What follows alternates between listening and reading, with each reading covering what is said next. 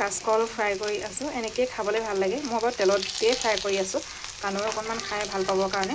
কিন্তু অকণমান এনেই নিমখ সানি লৈ খালী কেৰাহীখনত বা টাৱাখনত যদি পুৰি দিয়া সেকি দিয়া হয় নহয়, তেনেকৈও খাবলৈ মানে সেয়া কানুৱে খেলি আছে। আৰু তেনেকৈও খাবলৈ খুব টেষ্টি হয়। আৰু বিশেষকৈ আমাৰ এগৰাকী মানে ঘৰৰ মা থাকিলেতো আমি চাহৰ লগতো খাওঁ কল তেনেকৈ। আৰু কলটো সকলো পক্ষৰ পৰাই মানে কাচকলটো যিটো পোৰা কল, কিছুমানে পোৰা কল বুলি কয়, কিছুমানে ভাজা কল বুলি কয়, কাৰণ ভাজিও খাই যে চব্জি কৰি, কিছুমানে ভাজা কল বুলি কয়। আৰু ভাল, স্বাস্থ্যৰ পক্ষেও ভাল।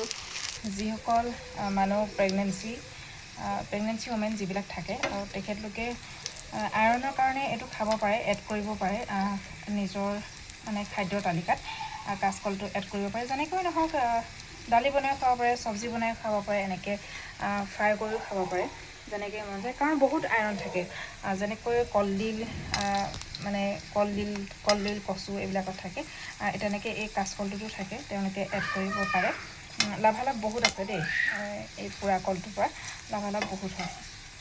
আৰু অকণমান বাৰু কিছুমান যাৰ কিন্তু কনষ্টিপেশ্যনৰ প্ৰব্লেম আছে, তেখেতলোকে ইগন'ৰ কৰিব লাগে। কাৰণ লেট্ৰিনটো অকণমান মানে টান কৰে। আৰু কেতিয়াবা যে মানুহৰ লুজ মোচন হয়, তেতিয়া কিন্তু এই কলটোও বহুত কামত দিয়ে। কিন্তু তেল দি খাব নালাগে। তেল দি খালে সেইটো দৰৱ নহয়। খালী সুদা কেৰাহীত তেনেকৈ বা টাৱাত সেকি লৈ খাব পাৰে। আৰু কানুৱে খাবলৈ পূৰা এক্সাইটেড হৈ আছে, চিঞৰ বাখৰ কৰি আছে খাবলৈ। তাক সেই এনেই বাৰু ভাতৰ লগত খাবৰ কাৰণেহে বনাইছিলোঁ। তাক সেই এপিচমান বা 2-3 পিচমান খাবলৈ দিওঁ। আৰু একদম পাতলা পাতলাকৈ কাটি যদি অলপ নিমখ দি হেৰি কৰা হয়, তেনেকৈতো কলৰ চিপছবিলাক যেনেকৈ বনায়, তেনেকৈও সৰু ল'ৰা ছোৱালী থাকিলে মানে ঘৰত বনাই দিব পাৰে মাকহঁতে। আজিকালি বাৰু কিনা বস্তুবিলাক যিহে ভেজাল, কিন্তু নোখোৱাকৈ বা নিদিয়াকৈও থাকিব নোৱাৰি, কিনা বস্তুৱে খাই থাকে ল'ৰা ছোৱালীয়ে। হ'লেও তাৰ মাজতে যদি 2-এটা বস্তু ঘৰত বনাই আপুনি দিব পাৰে, সেয়াই ভাল হৈ পৰে দিয়কচোন।